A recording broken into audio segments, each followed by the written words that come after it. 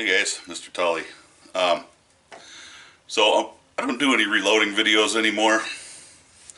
There's a gazillion of them out there, better than anything I can put out. And I've already had enough of them that I think I kind of pretty much covered everything. This is on setting up a press. And this is my turret press. I have a Lee 4-hole auto-indexing turret press. Love it. It's been great. Had a question put to me by a viewer on he has a problem with losing primers when he tries to prime on press. And I've got the older style system. Don't have the fancy one, the fancy new style. So there's just a few things that I found when I set mine up that I had to change and do a little different than what was prescribed. Now, this here plastic piece is what holds this. Just slips in here, which is always harder to do when it's not on the press, so that you can pivot it forward and push your primers out onto your primer arm. But I did find two things about it when I tried to initially assemble it.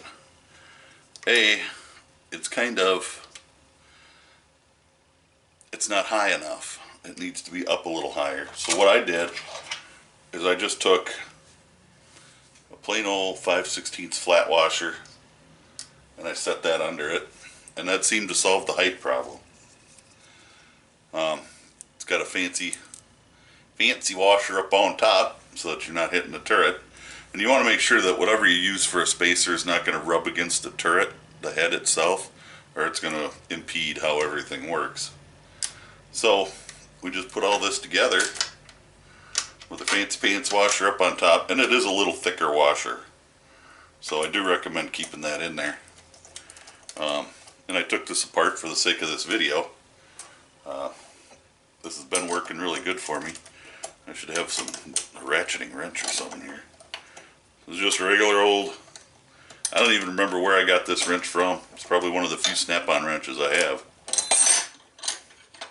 And it's a long one. I don't particularly care for long wrenches.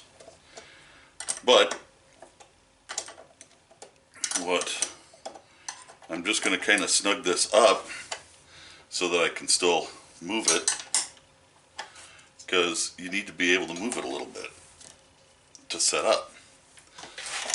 I'm going to point this down here and zoom in a little bit so you can kind of see what I'm doing. I know the light's not great down here, but you see where my primer arm is, and when that comes up to the top, you want to be able to place your primer. Well, I look straight on at it this way, and I can see it's not lined up. It's a little, my primer arm I can't move. The primer feeder I can. Just by moving that bracket just a little bit, I can move it into position better. And when you push forward on it, you'll feel that where it's going there. And I probably actually need a little more space under there, but it's worked well for me so far.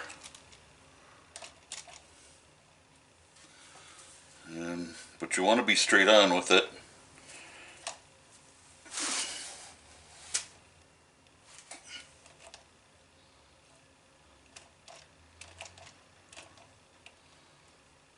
It should go pretty freely. How it goes right over there and comes back off. And if I look from the back straight on, I can see that it's lined up with the primer arm. Alright, hopefully you can see how my primer arm is here. My primer feeder lines right up with it. The square part lines up with my primer arm. So I've got large primers in here. This one's always been a little temperamental for me, so I'm going to show you how I do it. And I imagine I don't have any dyes in.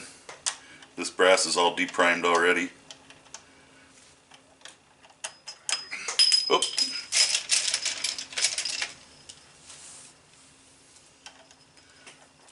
Okay, this is 45 Colt brass. So I'm just going to go all the way to the top.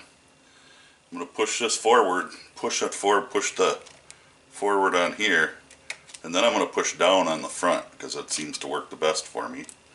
And I'm just going to pull it back. Normally it'll just spring back.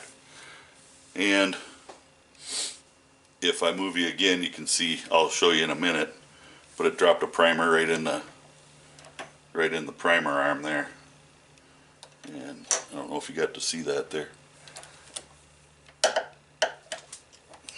We just set our primer. And we come up with a primed piece of brass. And I've never had a problem with this. You really have to pay attention to line that up right. And I do that every time I set up the press. I make sure that lines up. So we'll do another one. I always just grab it like that and push down on the front as I push it forward. I don't lose primers that way. You can see there's one on the arm. And I just go forward and push, give it a little push. And another seated primer. So I'm going to move you again off to the side so you can see a little bit better. And I'll be right back. Alright, so hopefully you can see this process a little bit better here.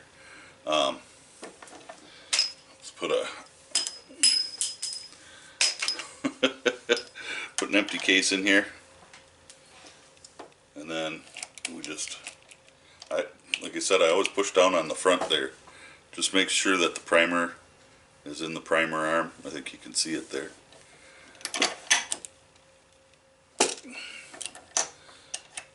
We'll just set it and forget it. Sometimes you got to do a little tweaking. I check everything every time I sit down at the press. And once you get used to the process, it seems like every time I sit down the process changes just a little teeny bit.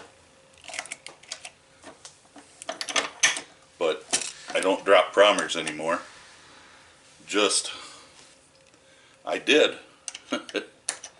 And that's when I started pushing down on the front there. It's supposed to do that. When you push forward on it, it's supposed to drop down. And it does just a little bit there. I don't know if you can tell. But it's not enough.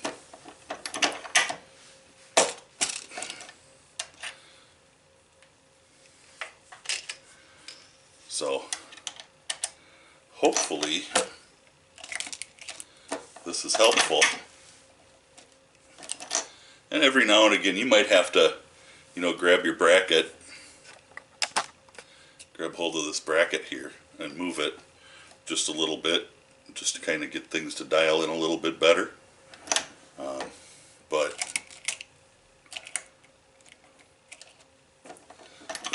it is what it is.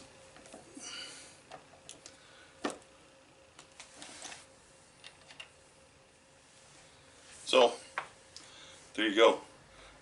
Hope this was helpful. And like I said, it's all in this bracket up here. I had to put a little a washer underneath it, and it's just a 5/16 washer, flat washer. I may put another shim under there. I think another washer might be too much. It doesn't work too bad this way, and probably why I stuck with that one washer is because that's what I had. But